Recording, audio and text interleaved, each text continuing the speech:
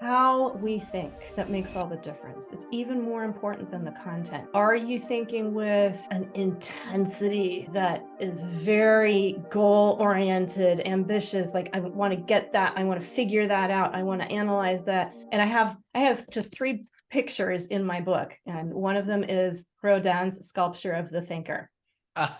And Great. if you know that sculpture, I'm sure you do, Chris. It's the one where it's Yes, heavy, exactly. bronze, dark, and curled up and constricted and thick. And that's a way of thinking. And that's the way most of us have been taught to concentrate. And I have another image to contrast with that. It's a white statue of the Buddha. And it's just like non-thinking. It's such light, just a whisper of a thought. There's no excess doing. It's just pure, clear thinking. It's like once all the clutter's out of the way, you can allow the thoughts to come through you. And it's like one thought is very powerful if it's clear. And Yeah. so this is actually at the heart of what I teach, is how to think in this way that we call constructive thinking.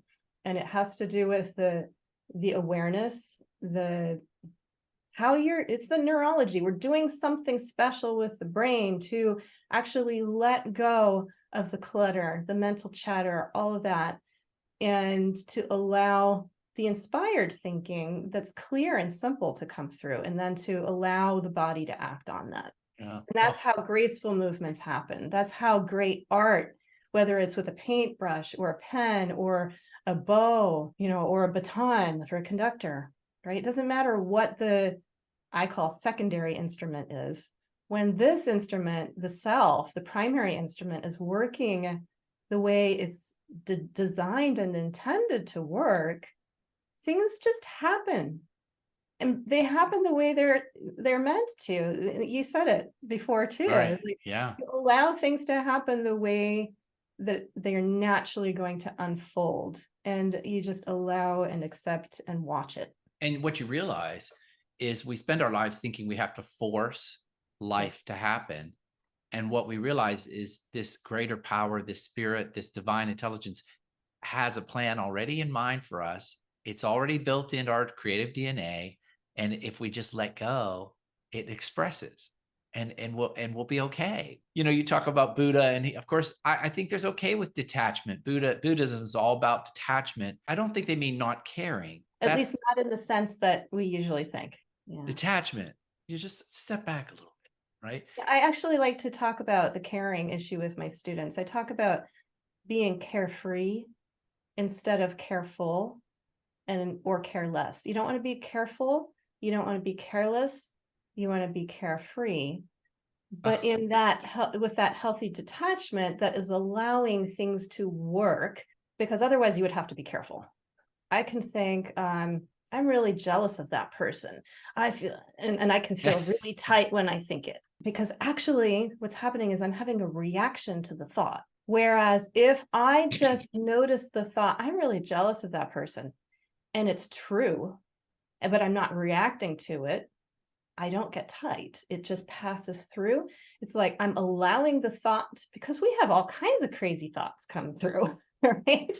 Every minute, right? Yeah. And rather than resisting them or rejecting them or fighting them or denying them, if we can just notice the thought and not react to it, then it can just pass. And so what? Big deal. It's okay to be jealous. It's okay to be angry. It's okay. Like all the emotions are okay. The problem is we believe that some of them are not, and then we react against them internally. And when you react, you get tight, and then it becomes a problem.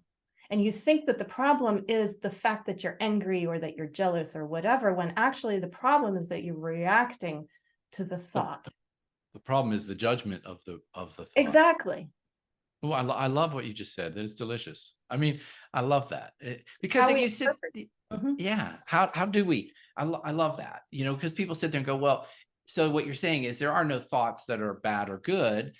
it's just okay, okay. They And just that was fall. actually that there was a little bit of that in your first interview at the end, and I was like, what is she talking about? And now I understand. I understand what you're saying. So it's really great, you know, And I'll have to to say the old me would be totally rejecting what I'm saying right now. Because of course there are good thoughts, and of course there are, and I can like almost hear like some thoughts in the airwaves, right? People might be listening saying, that's not true.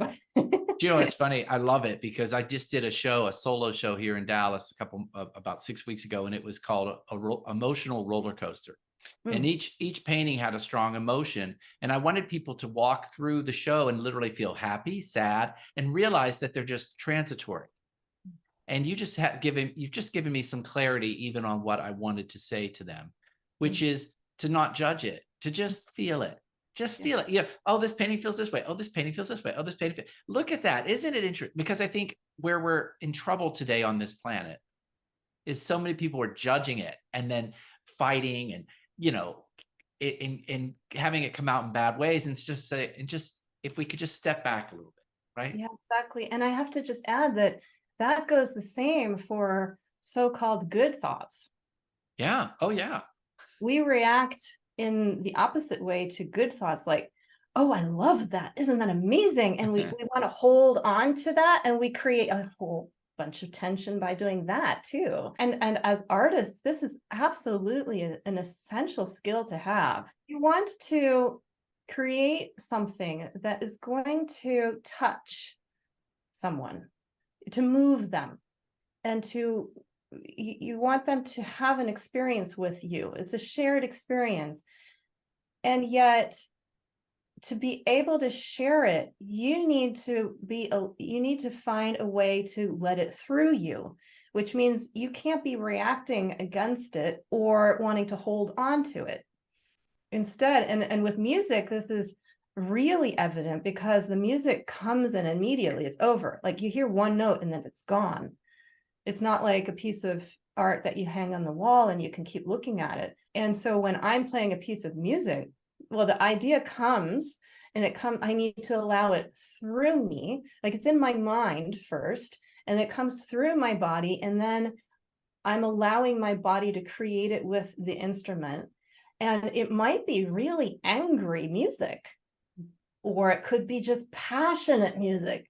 It can be full of heavy emotion. And I need to be able to feel it all, but to let it through so that in the next split second, the emotion has already changed in the music. So I need to be able to keep allowing that process to flow constantly without getting in the way of it.